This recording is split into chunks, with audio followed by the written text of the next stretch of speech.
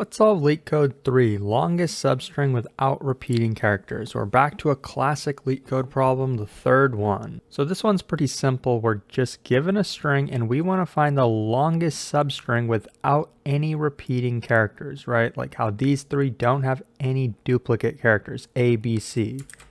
This one has two A's, so this would not count as a substring without repeating characters. And we only need to return the length of this substring.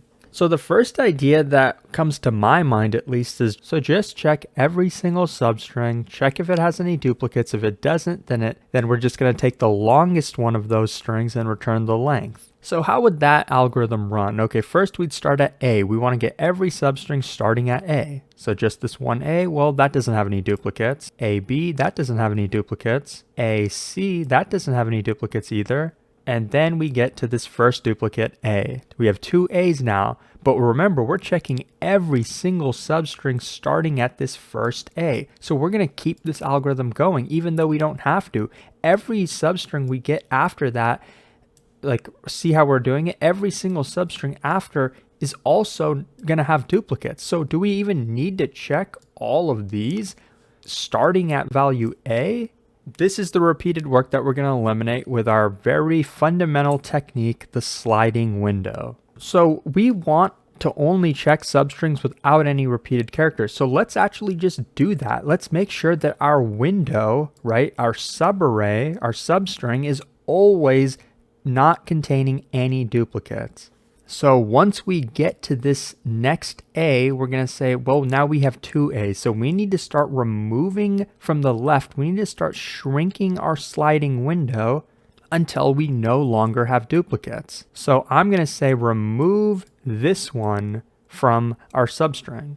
Now our substring runs from here, from the B, all the way to the A. Now it's perfectly valid. So now we can keep going. It's still only length 3 though, so next we're going to add this B. But wait a minute, now we have two B's. But my question is, how would we even know instantly whether we had a duplicate or not? Well, we can use a set for that. Sets will only contain one of each character, so we'll automatically know if we have a duplicate. We can check it instantly. So we're going to check that we have two B's, so now we're going to keep popping from the left. We're going to keep shrinking our window from the left until we remove a B. And we're going to see that the first one we remove is the B, so now we're done. So now our substring runs from this C all the way to this B. Now we're going to add another character. Once again, we have a duplicate. And once again, we can literally just remove the farthest left character, and now we're valid again. No more duplicates. We're running all the way from A to C. Next, we add a B. The interesting thing about this is that now we have to remove this A because we have to shrink our window. Our substring has to be contiguous, so we have to remove this A. But notice we still have two B's in our substring, so we got to remove another character. We have to remove this B. So now our substring runs from C to B. So we are valid again, but now our substring is only length 2. Next, we'll get to the last B. Last character we're adding and see, yep, it's a duplicate again. And don't forget that as we're removing these characters from the left, we're removing a C. We're not just removing it from our window, but we also have to remove it from our set because our set is going to correspond to all the characters inside of our substring that we're at. So we have to remove our C from the window and move it from the set. We have to take this B and do the same thing. And now we have no more characters to add. With this sliding window technique, which is a very fundamental technique that you'll probably see a lot more in a lot of different problems, we can cut the time complexity down to big O of n. We just have to go through the entire list. Well, we might have to add and remove values from our set, but that's a very quick operation. The memory complexity, because of our set, is also going to be big O of n, because potentially every character in the string could be unique, and we'll add all of them to our set. And I didn't really show it while we were going through the problem, but we would want to maintain what's the longest substring we found. In our case, it was obvious that the longest we found was of length 3.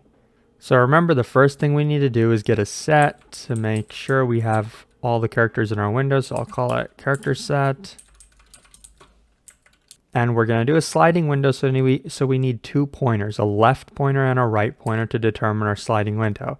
our left will be initialized to 0, and our right pointer is going to continuously be changing as we visit every character. So I can just use it in this for loop.